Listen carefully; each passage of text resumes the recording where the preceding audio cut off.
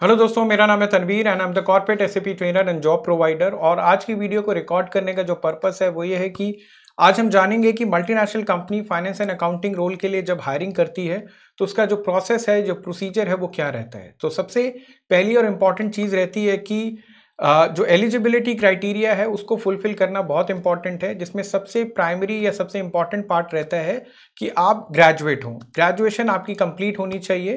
तो ये एक प्राइमरी एलिजिबिलिटी क्राइटेरिया रहता है। इसके बाद जो है, जो नेक्स्ट डिस्कशन है वो ये है कि जो फाइनेंस एंड अकाउंटिंग ऑपरेशन है, जो ओवरऑल अकाउंटिंग है, फाइनेंस एक्टिविटीज़ हैं, उस पूरी ओवरऑल अकाउंटिंग को एमएनसी कंपनी नॉर्मली 3 पार्ट में डिवाइड कर देती है, 3 उसके बाइफिकेशन कर देती है।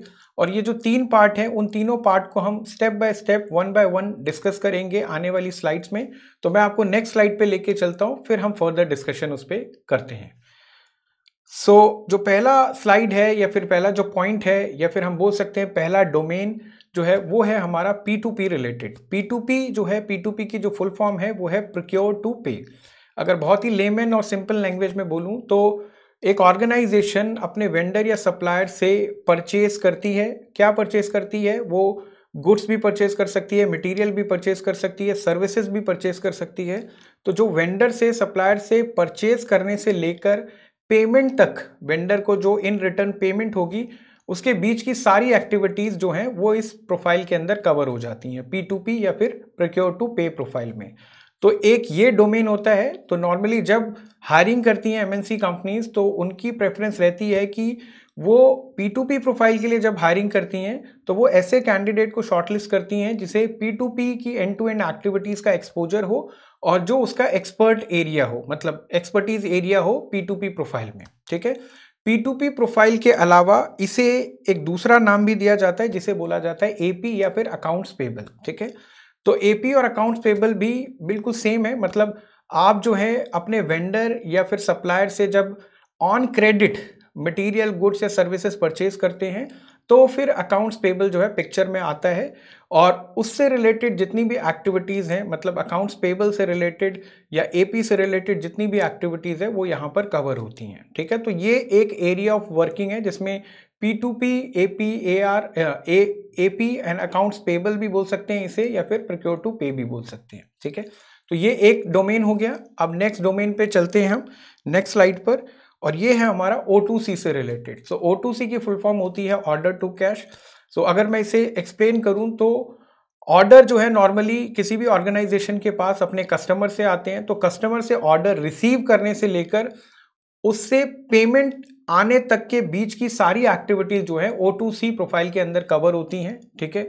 तो O2C के अंदर जो डिस्कशन या एक्टिविटीज होती हैं वो कस्टमर से रिलेटेड होती हैं, P2P के अंदर वेंडर से रिलेटेड होती हैं। ठीक है। तो ये जो है हमारा O2C पार्ट जो है, इसे हम अगर इसका एक लेमन लैंग्वेज में बात करें तो इसे हम AR भी बोलते हैं, अकाउंट रिसीवेबल भी इसे बोला जाता है। मतलब और सिंपल इसे करें तो अगर आप अपने कस्टमर को सेल कर रहे हैं ऑन क्रेडिट तो वो AR के अंदर कवर होता है, अकाउंट रिसीवेबल के अंदर कवर होता है। ठीक है।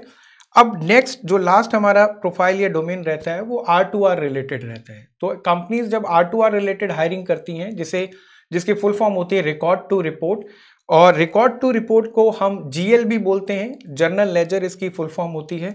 और इसके अंदर नॉर्मली होता क्या है, कोई भी ऐसी एक्टिविटी, कोई भी ऐसी ट्रांजैक्शन जिसके अंदर वेंडर या कस्टमर इन्वॉल्व ना हो। मतलब नॉर्मली अगर मैं लेमन लैंग्वेज में बात करूं कि अकाउंटिंग जो होती है वो डेबिट, क्रेडिट और अकाउंटिंग एंट्रीज से परफॉर्म होती है।